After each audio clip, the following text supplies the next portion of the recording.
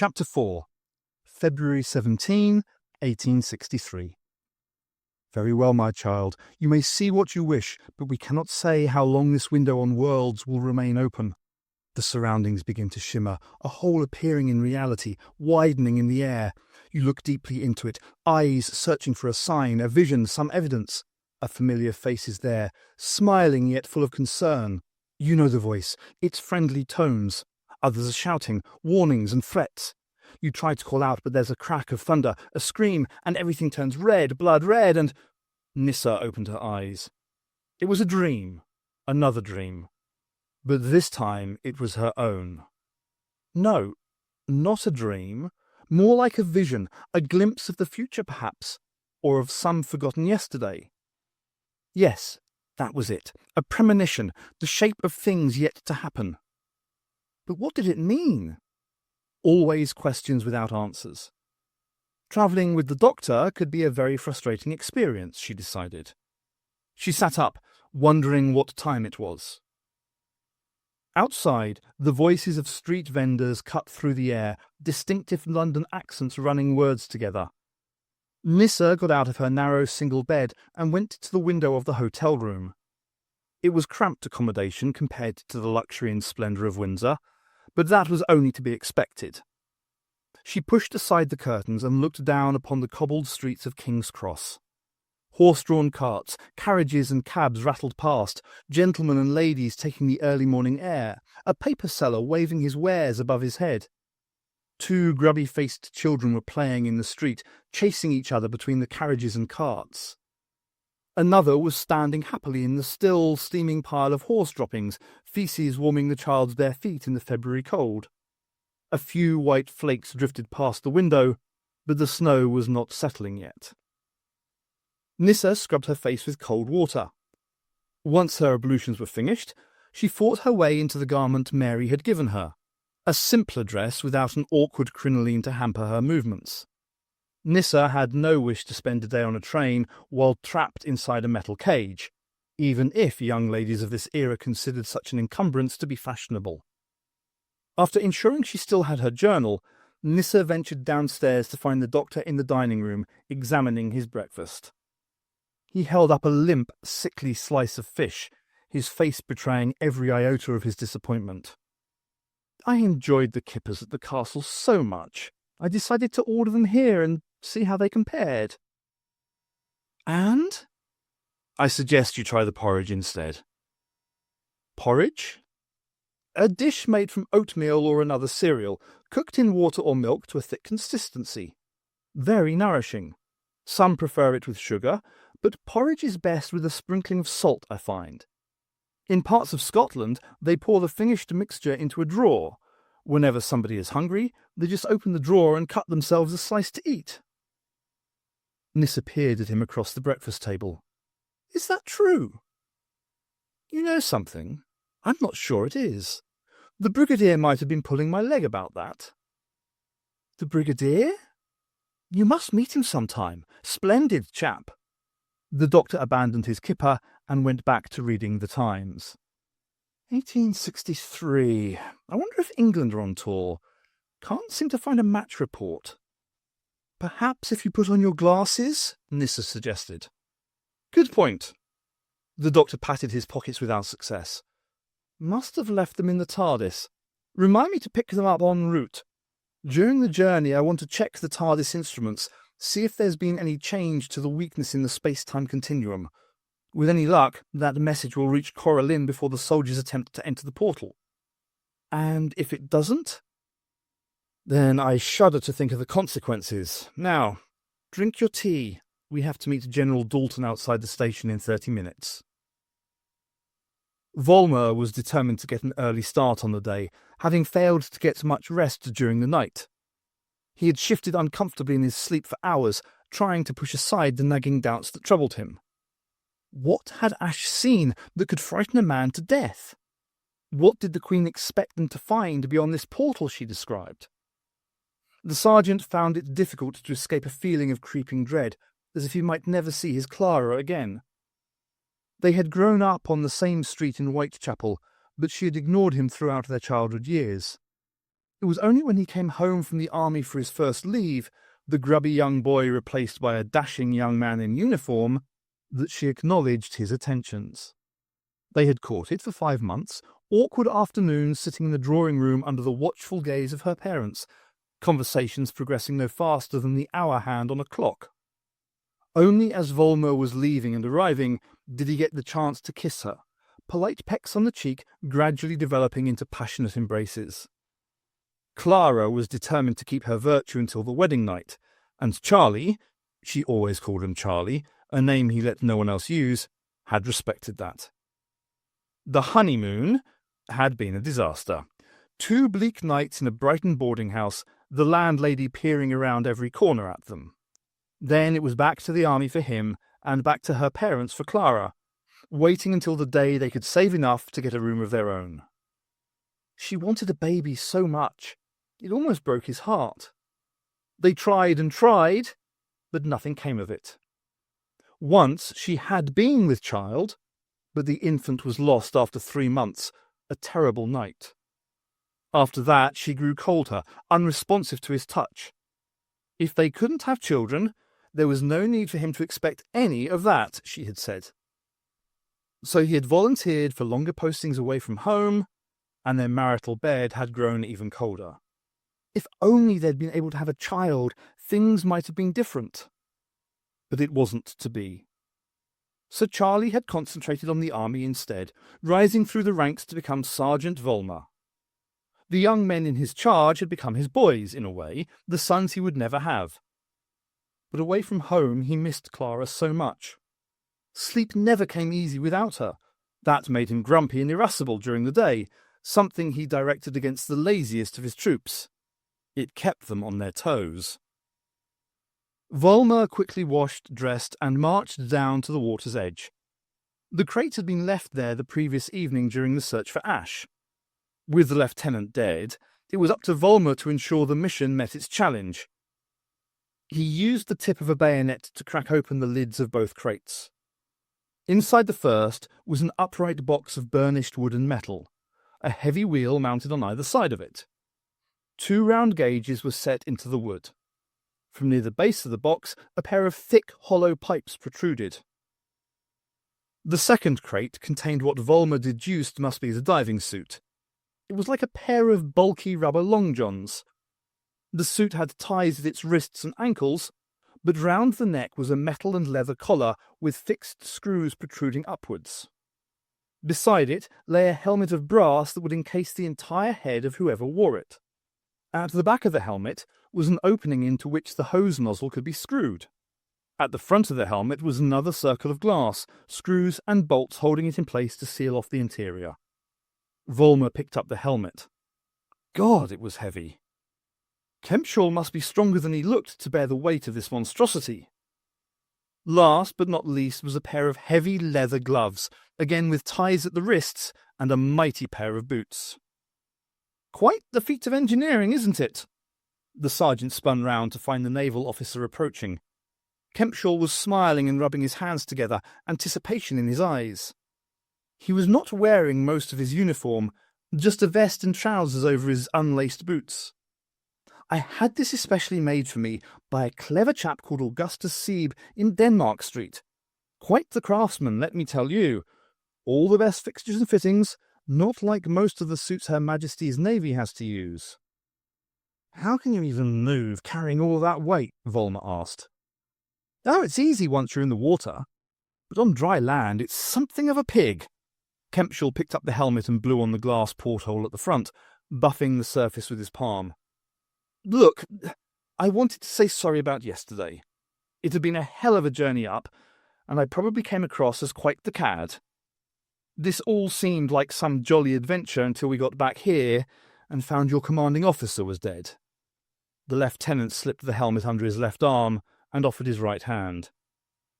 The sergeant shook it, grateful to make peace.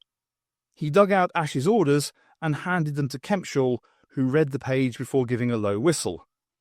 Cripes, can't say I know what's afoot here, but I'll do my best to help out. The lieutenant began checking over his equipment to ensure it had survived the journey intact. He looked up at Volmer.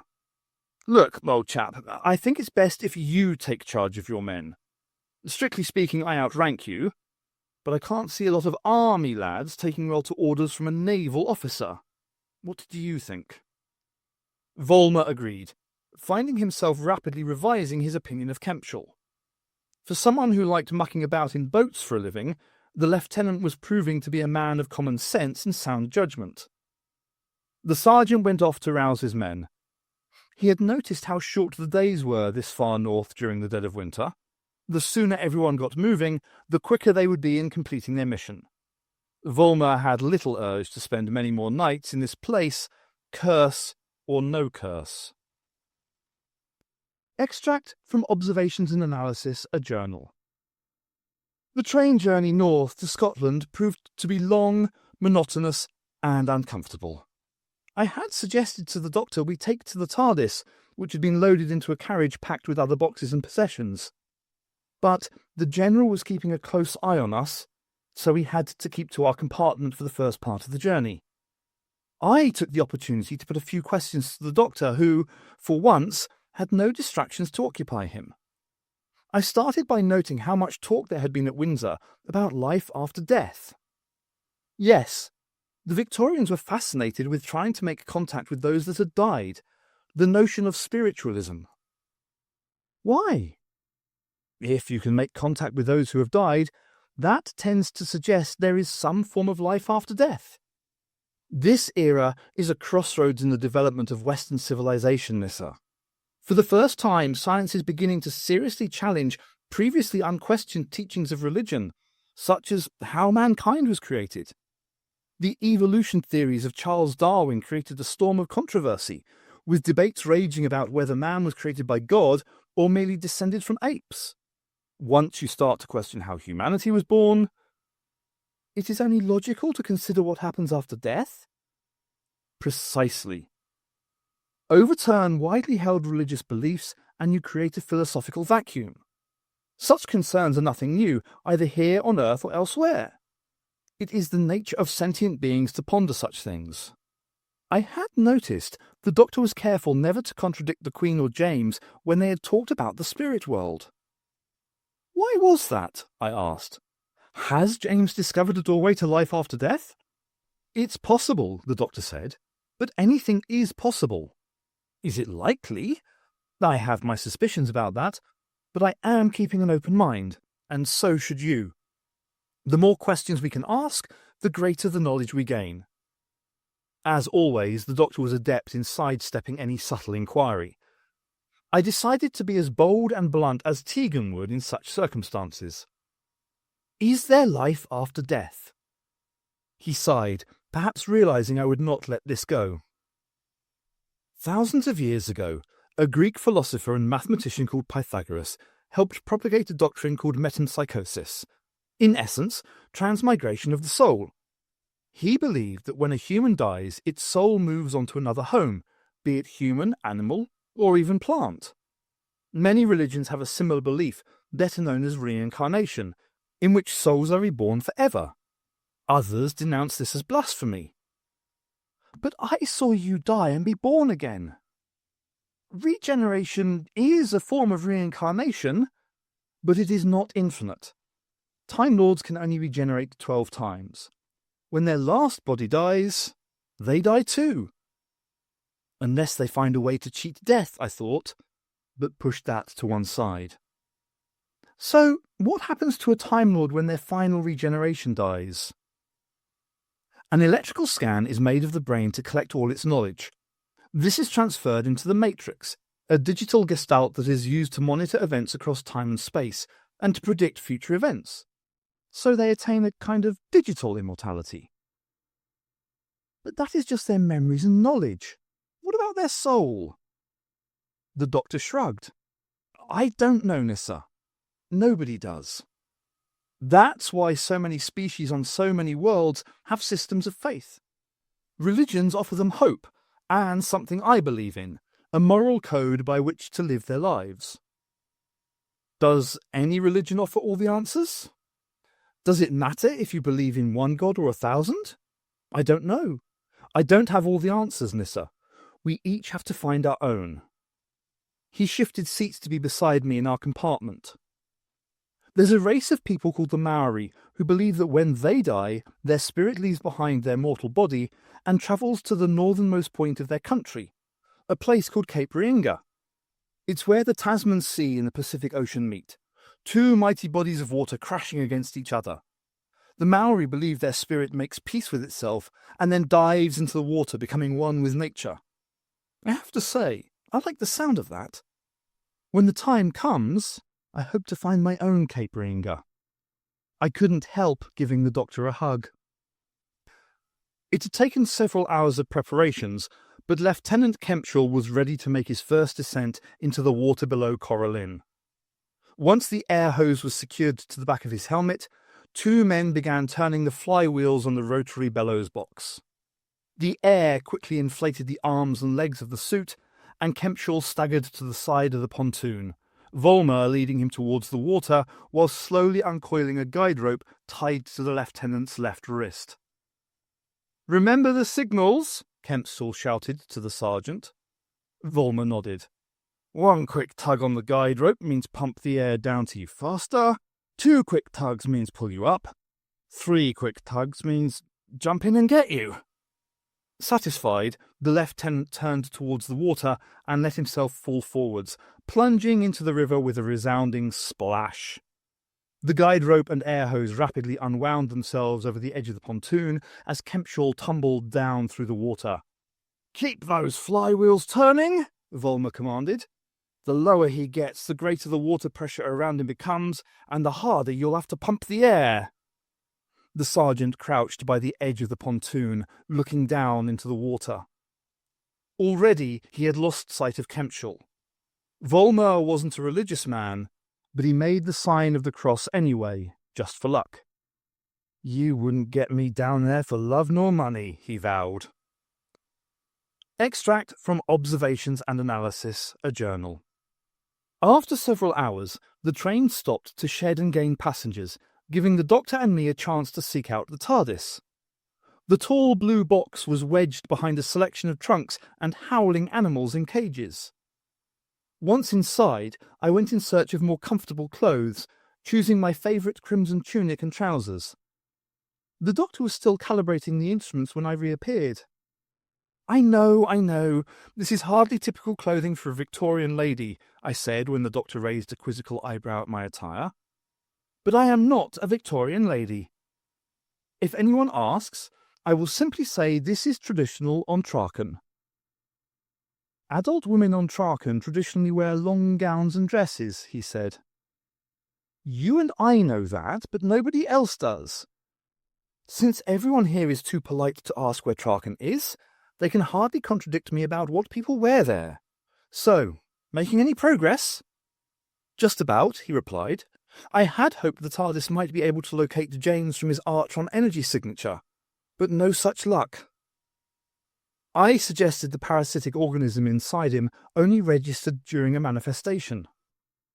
Perhaps, but I'm not sure if this creature is a parasite. The two of them may well have a symbiotic relationship. It's difficult to tell without proper examination. I began studying the displays on the opposite face of the central console from where the doctor was standing. What about the weakness in the space-time continuum? That's much easier to identify now the TARDIS is not moving through the continuum. The weakness is much clearer. It's to our north, still a few hundred miles away. Coralline is definitely the site of the rift. I noticed a warning light blinking on the console panel nearest to me. "Doctor, I think you'd better have a look at this." "Just a moment. I just need to lock off these dials and—" "Not in a moment, Doctor. Now," I insisted. The doctor hurried to join me. "Oh no," he whispered upon seeing what was blinking. "The weakness. It's expanding. Somebody is approaching the rift." Kempshall sank slowly to the bottom of the Clyde. The water was thick with silt and other particles, so what light penetrated the surface quickly melted away, replaced with an inky blackness. The lieutenant felt his breath catch as he plunged deeper into the water, cold seeping into the diving suit from his surroundings.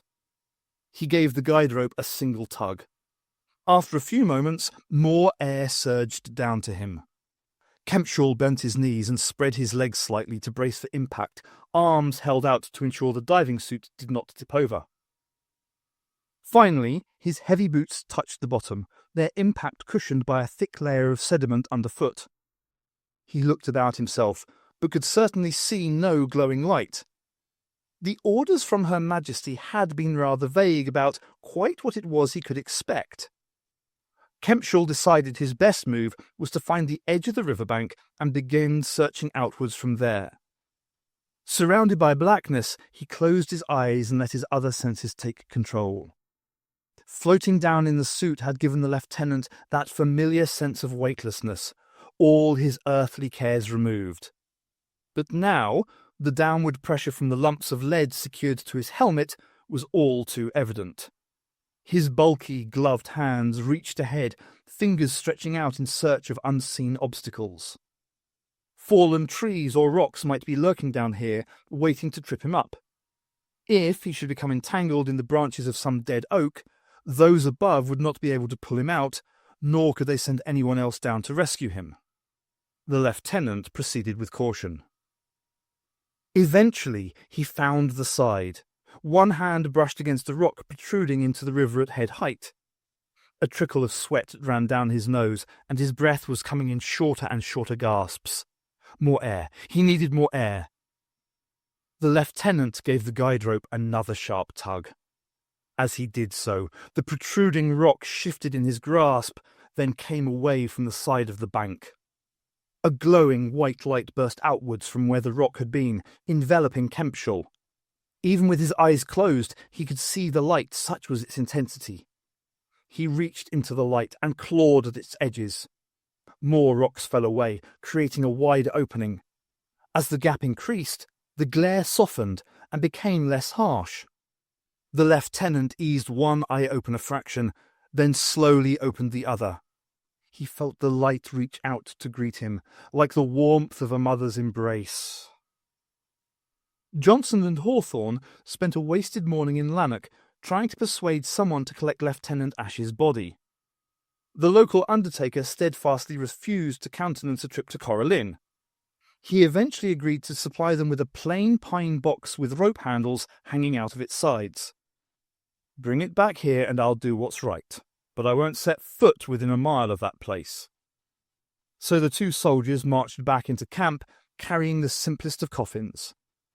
The pair picked up the corpse in its canvas bag and were lifting it into the rectangular box when Johnson jerked his hands away. His end of the body fell to the ground, Ash's head striking the pine box with a wet smack. Hawthorne, still holding on to the dead man's feet, glared at the younger soldier. "What the hell are you doing, Nicholas?" "It moved," Johnson said under his breath. "What moved?" "The corpse, Thorny. The bloody corpse moved." "Don't be ridiculous. The lieutenant here is stiff as a board." "I'm telling you, that thing moved," Johnson insisted. "Turn it in, Nicholas. We ain't got all day. Just pick up his head and we'll stick him in the box. He can dance about all he wants once we've got the lid on." I can't." "Can't or won't. Just pick him up." Johnson was reluctantly bending down to grab the canvas bag when it twitched. "Don't tell me you didn't see that, Thorny. Don't tell me you didn't see that." Hawthorne nodded slowly. "I saw it, but I don't believe it." He looked down at his own hands, still holding the canvas-bound feet of the late Lieutenant Ash. The legs suddenly started kicking, as if trying to get free of their shroud. Hawthorne dropped them to the ground, and he stepped backwards, almost staggering as he did. "This can't be happening. People don't come back from the dead." "How long has he been down there?" Lance Corporal Clark asked. He was standing on the edge of the pontoon with the sergeant, peering down into the water. A few bubbles broke the surface, but there had been no other sign of life from below for what seemed an age. Volmer consulted the fob watch his father had given him after enrolling with the army. The position of its hands seemed to suggest Kempshall had only been underwater a few minutes, but several pairs of men had already exhausted themselves, keeping the flywheels of the bellows box turning. The sergeant examined his watch more carefully and noticed the minute hand was creeping backwards, moving around the face anti-clockwise. Typical of this to go awry when I need it. He put the watch away and scratched the back of his neck. Have there been any more tugs on the guide rope? Clark shook his head. Not for some time, and the men are getting very tired. I don't know how much longer they can keep the pump working. Right, unless we get a signal in the next few minutes, I'm giving the order to begin pulling the lieutenant back up. You can always go down for another look later. Volmer stared down into the water, trying to see some flicker of light in the darkness. Extract from Observations and Analysis, a journal. The doctor ran around the central console, throwing switches and adjusting dials at great speed. He pushed past me roughly, apologising as he went. I offered to help, but he was too busy trying to reset the TARDIS controls to explain. Finally, he paused for breath. If the weakness in the continuum grows too large, it'll begin leaking outwards. What will that cause? Localized temporal distortions to begin with, time speeding up and slowing down, even moving backwards instead of forwards. Disorientation for anyone within the vicinity of the weakness, probably taking the form of visions or hallucinations. And the longer-term effects? The doctor turned on the scanner. Soon, the distortion will begin to spread further from the source, rewriting the physical laws of this planet, then infecting the worlds around it. Earth would suffer the most catastrophic fallout, but if the weakness went unchecked... He dived under the console unit and pulled aside a panel to reveal a mess of wiring and circuits. His hands dug into these components, hastily rearranging their configurations. It could envelop the solar system, I realized, even this sector of space. Exactly. Such an imbalance could not be sustained for long. The nature of this universe demands equilibrium. When its balance is upset, the universe will find a way of correcting that. He paused from his rewiring. What can you see on the scanner?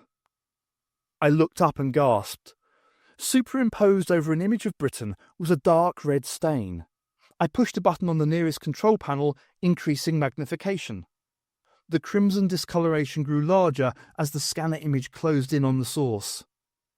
That's the lowlands of Scotland, the doctor said. Lanarkshire and the borders. Corallin is located in the middle of that. The red stain was centred on Corallin, its edges stretching outwards like capillaries. Someone must be passing through the rift right now, I realised. They can't have received the telegram warning them away from it. Can we stop them from here? I'm not sure, the doctor admitted, but we have to try. The longer they stay in contact with the rift, the greater the damage it causes. Nyssa, I need your help, but this could be very dangerous. I nodded quickly. Just tell me what to do. Volmer decided they had waited long enough. That's it, pull him up, he said. There was a groan of dismay from the exhausted soldiers resting on the riverbank. The sergeant glared at his men. I'm sorry.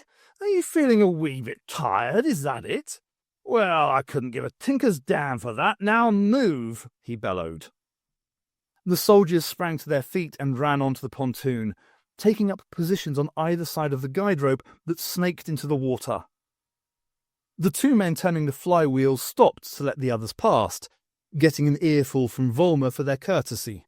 Who told you two to stop? The lieutenant's still got to breathe down there? The pair quickly returned to their task, getting the pump back up to speed. Volmer nodded to Clark, who took command of the men at the guide rope. All right, you horrible lot. Let's see you put your backs into it. Pull! Clark screamed. The soldiers strained and tugged on the rope, but failed to bring an inch of it above the surface of the water. Clark's crimson cheeks turned redder than ever. I said pull! I've seen more effort from my two daughters fighting over a china doll. The soldiers redoubled their efforts, but still made no progress. Clark rolled his eyes and looked to the sergeant for help. Volmer strode to the edge of the pontoon and gave the rope a pull upwards. Must be snagged on something underwater. We'll just have to try harder. Clark, join in and we'll see if that makes any difference. The two men joined the others, bracing their feet against the wooden floor of the pontoon and leaning backwards to create greater leverage.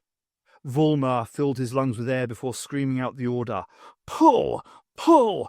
Pull! Extract from Observations and Analysis, a journal. The doctor had pulled a fistful of components from beneath the central console and was wiring them directly into the dematerialization circuits. "I'm trying to impose a dimensional buffer onto the rift," he explained.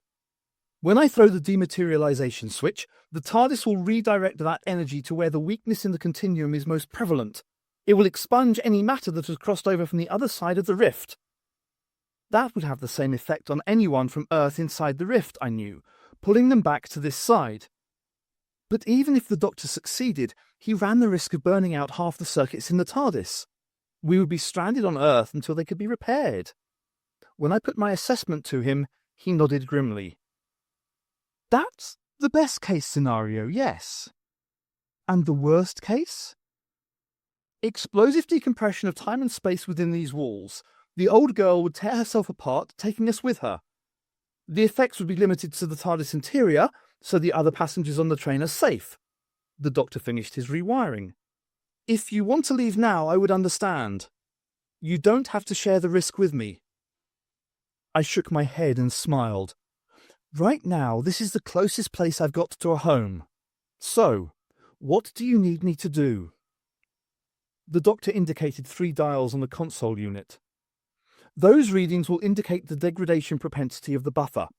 All 3 must be equal when I finish the dematerialization, or else, well, let's just say all 3 must be equal." I nodded my understanding and wished him good luck. He smiled. "And to you. Here goes." He began the dematerialization process. The central column began to rise and fall, but its familiar wheezing groaning sound was absent. Instead, the TARDIS started to scream. Hawthorne and Johnson had retreated a safe distance from the corpse, the younger soldier's fingers scrambling across the beads of a rosary, his prayers tumbling out in breathless succession. "Hail Mary, full of grace, the Lord is with thee. Blessed art thou amongst women, and blessed is the fruit of thy womb, Jesus. Holy Mary, Mother of God, pray for us sinners now and at the hour of our death. Amen. Hail Mary, full of grace." "Hush a minute," Hawthorne urged. "I can't hear myself think with you giving it Hosanna all the time." Johnson ignored him, just repeating the same words over and over. Eventually, Hawthorne slapped the beads from Johnson's hands to get his attention. "I said, shut up, Nicholas. I'm trying to listen."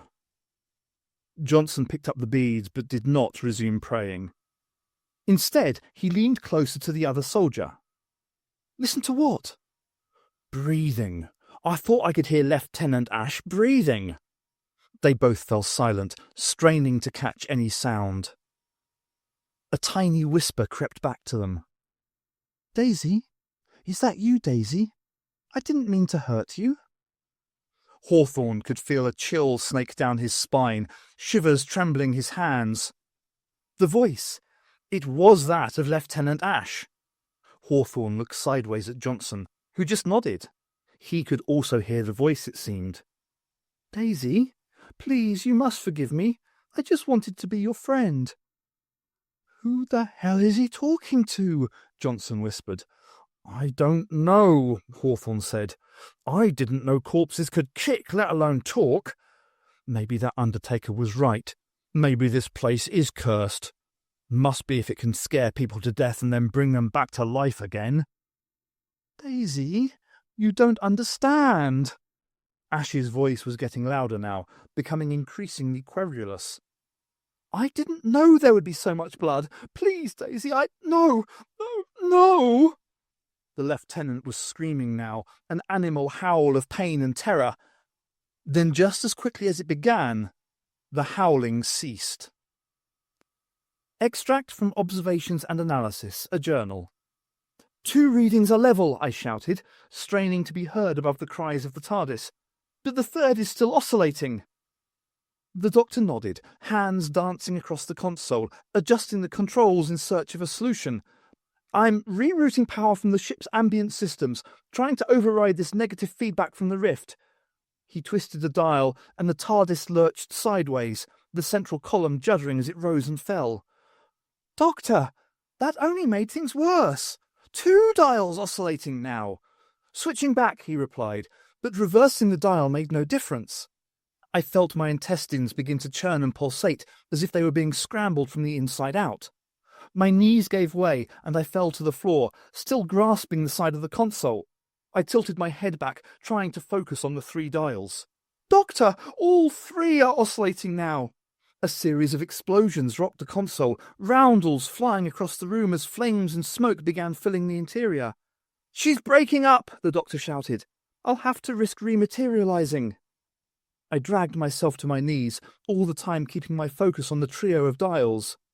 At last, the 3 needles were in nearly identical positions. "Wait! The dials! They're almost in sync," I shouted. "Are they level?" "In a moment. Nearly there. Nearly. Now!" The doctor plunged forward 3 levers at once. After that, I remember nothing. 3 soldiers ran into the encampment, having been patrolling its perimeter. They found Johnson and Hawthorne trying to look innocent beside the canvas bag containing Lieutenant Ash's corpse. "What the hell is going on here?" one of the guards demanded. Hawthorne forced himself to smile. "Sorry about that. I was playing a joke on Johnson here, making him think the lieutenant's corpse was moving." The trio turned away in disgust and stomped off, muttering darkly. Once they had gone, Hawthorne nudged the bag with his boot, but got no response. He gave the corpse a hefty kick, but still it did not move. "Guess he's gone back to wherever he came from," Hawthorne said. "Nicholas, give me a hand." The 2 soldiers quickly lifted the bagged body into the pine box and shoved the lid on, before sitting atop the coffin. Hawthorne pulled out his tobacco tin and began refilling his pipe. "How did you do it, Thorny?" Johnson asked. "Do what?" "How'd you get the corpse to kick like that? I've seen people throw their voice and such like, but getting the corpse to jump about, that was quite a trick." Hawthorne sighed, realizing he still didn't have any matches. He tipped the contents of his pipe back into the tobacco tin and pocketed both again. "I did nothing, Nicholas. Lieutenant Ash did it all by himself." "You mean he's still alive?" Johnson jumped up. "Shouldn't we let him out? He won't be able to breathe in there." "He won't be able to breathe anywhere. He's deader than my fat Aunt Agnes." "But you said—" "What I had to, so those 3 would go back to what they were doing." Hawthorne stood up. "What you and I saw, it's best we forget it. You tell people you've seen corpses kicking and talking, they'll find you a nice room in an asylum somewhere, and they'll never let you out again. Forget you ever saw that, Nicholas. It's for the best. I already have." Volmer had kept the men turning the flywheels, but he was fast giving up hope. All efforts to raise Kempshall from the depths had failed. Before he went into the water, the lieutenant had said his longest recorded dive was 47 minutes. He had certainly outdone that. Whether Kempshall was still alive to enjoy the achievement was another matter.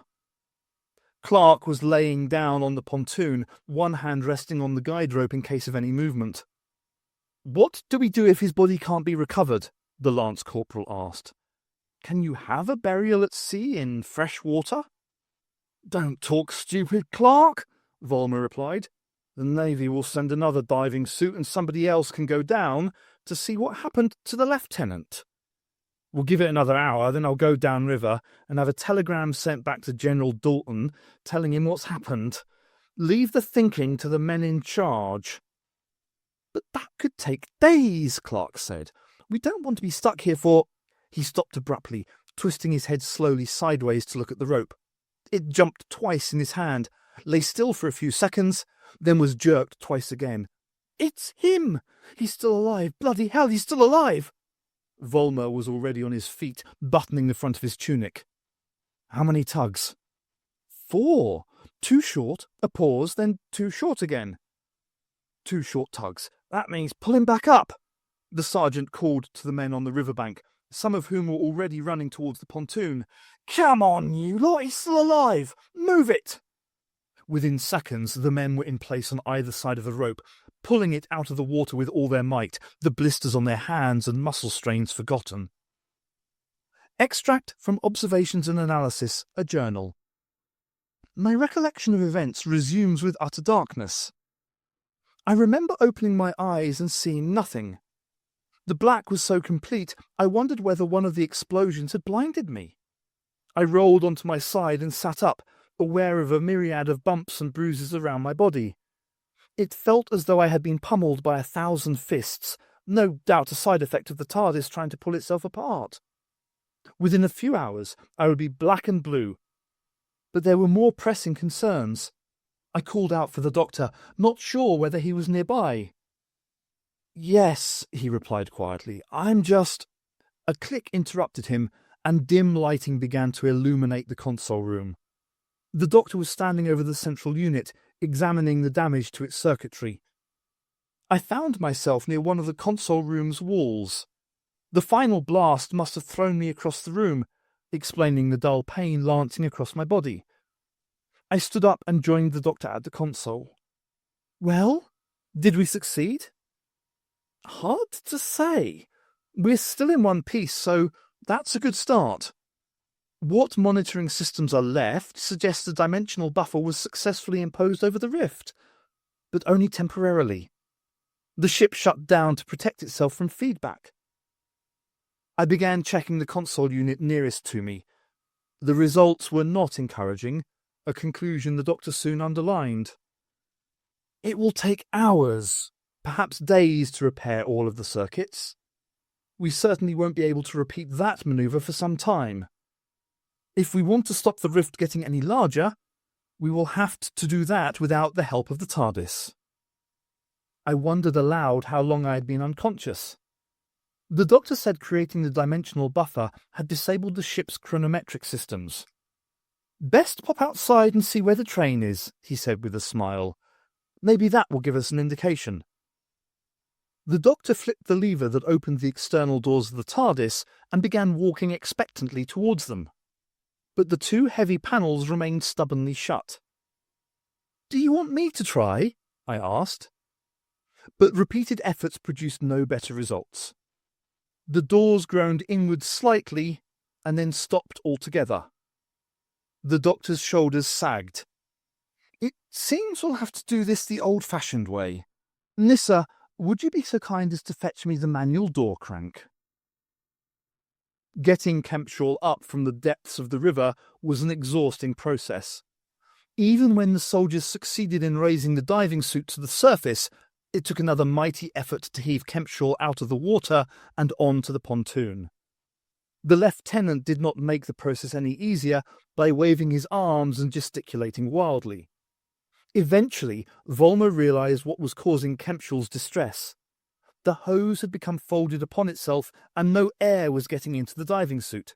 "Dexter, help me get the porthole open on this helmet." The two men quickly undid the screws and removed the glass window.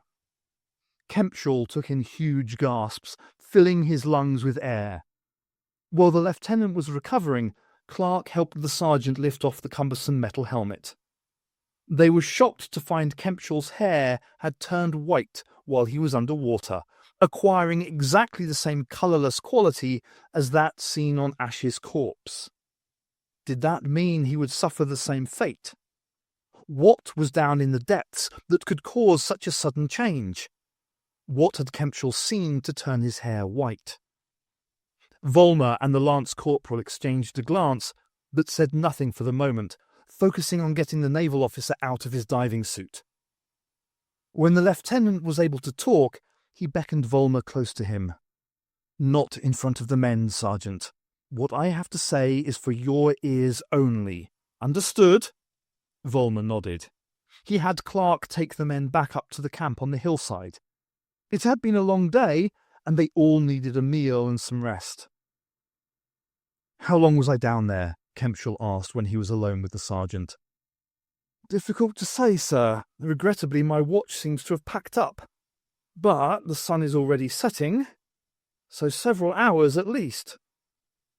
"Several hours?" The lieutenant was incredulous. He shook his head, not believing what he was hearing. "Are you quite certain of that?" "Yes, sir. To be honest, we thought you were probably dead and your body had become caught on a sunken tree branch."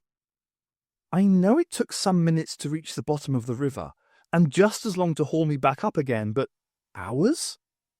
I only visited them for a few moments." Volmer's brow furrowed. The lieutenant was not making much sense. "Visiting them, sir? Who were you visiting?" Kempshall smiled. "My parents. I saw my parents. They were waiting for me there, waiting to welcome me." "To welcome you?" "Yes. To the other side.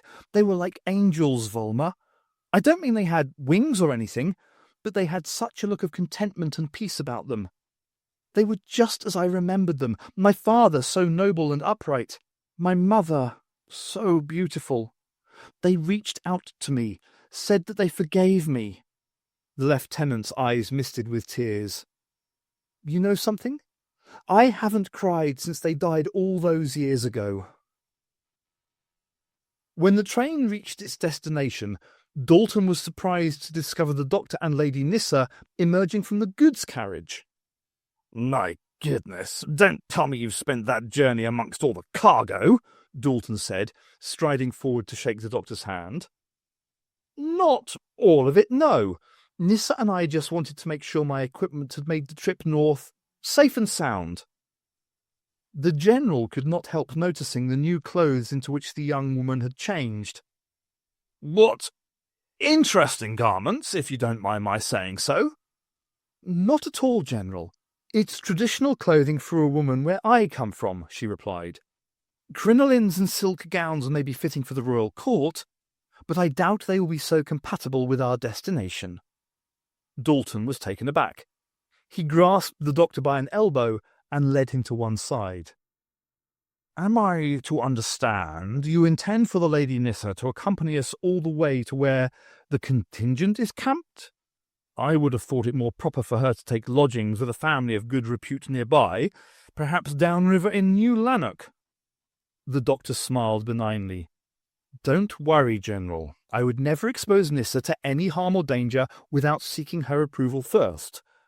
Trust me when I say she is quite capable of taking care of herself in almost any situation. That young lady has a resilience that would do credit to any soldier serving the Empire." The doctor guided Dalton back towards Nissa. "So, how long until we arrive at our destination?" "Not tonight, I fear," the General said. "We should reach Lanark before midnight. My men and I will make camp, while lodgings will be secured at a nearby coaching house for yourself and Lady Nissa. In the morning we shall press on to complete our journey and make contact with the rest of the troops." "Your men?" Nissa asked. Dalton pointed down the platform at 24 soldiers standing to attention. "They joined the train en route and will accompany us hereafter. I could hardly lead an expeditionary force into this new world with just those already stationed at Connor Lynn. Now, if you'll excuse me, must send a telegram ahead to Carstairs Junction, giving them notice of our arrival." He marched away briskly, striding through the dispersing crowds of passengers on the platform. Dalton just caught the doctor's next comment. "An expeditionary force? I don't like the sound of that." Volmer had forbidden anyone and everyone from bothering Kempshall, who had staggered off to his tent. "Leave the man in peace," the sergeant told the others. "We don't know what the lieutenant witnessed down there, but it was enough to turn his hair white. Something similar happened to Ash, and he died as a result. Kempshall will talk about it in his own time. Now leave him be." There had been some grumbling, but the men accepted the prohibition. The sergeant couldn't take his own advice. He waited until the others had gone about their duties before slipping into the lieutenant's tent and gently shaking Kempshall awake. "Sorry to disturb you, sir, but I've got orders to send word about what you found." The lieutenant nodded, pulling himself up into a seated position. "Yes, of course, Sergeant, but I'm not sure what more I can tell you that will help much. It's closer to a dream than anything else." "Perhaps this may help, sir," Volmer said, handing him a small shaving mirror. Kempshall looked into it and was startled by his change of appearance. "I say, whatever has happened to my hair?" That's what I was going to ask you. Well, I don't know I've got any answer to that, but I'll do my best. The lieutenant recounted his journey to the bottom of the river, his discovery of the gleaming white light, and how the brilliance seemed to draw him inside itself. Felt like I was travelling through a tunnel, he said. I looked down and could see a silver cord extending from my stomach outwards into the distance ahead of me. I grabbed hold of that and used it like a guide rope to pull myself forwards. Then I was there, on the other side. Kempshall fell silent, his face alive with the wonder of what he had seen. The other side of what, sir? Volmer asked. The other side. The afterlife, the lieutenant explained. My parents were waiting for me there, as I said before, smiling and welcoming. They told me we were being reunited, that I would become like them. All around me I could see other angels. I don't mean they had wings or floated on clouds. It was more like a state of complete happiness and contentment, being totally at peace. Kempshall shrugged helplessly. It's difficult to describe unless you've seen it yourself. You said I was underwater for several hours? That's right, sir. 4 or even 5. But that can't be correct. I was on the other side for a minute at most. I remember my mother and father reaching towards me, wanting to take my hand. I was afraid, but they reassured me, said it would be fine. I just had to trust them. So I put out my hand to take theirs and... Kempshall stopped, trying to find the words for his experience. I didn't want to come back, but something made me. It was like a dark, grasping hand had reached out from behind me and pulled me backwards into the river. I tried to fight it, but the grip was too strong, too powerful. Then I was back on the bottom of the river, surrounded by darkness. The place where I found the white light, it had been sealed again. I could still see tiny glimpses of brightness, but I just felt so tired, so exhausted, that I had to come back to the surface to rest. I started tugging on the guide rope. Well, you know the rest. Volmer looked down at the notebook resting in his hands. He had been planning to make a record of the lieutenant's experiences for dispatch to Windsor, but he had not written a word. How was he supposed to explain what he had just heard? The sergeant stood up and bid Kempshall a good night. We can talk more in the morning, sir. But Volmer was wrong.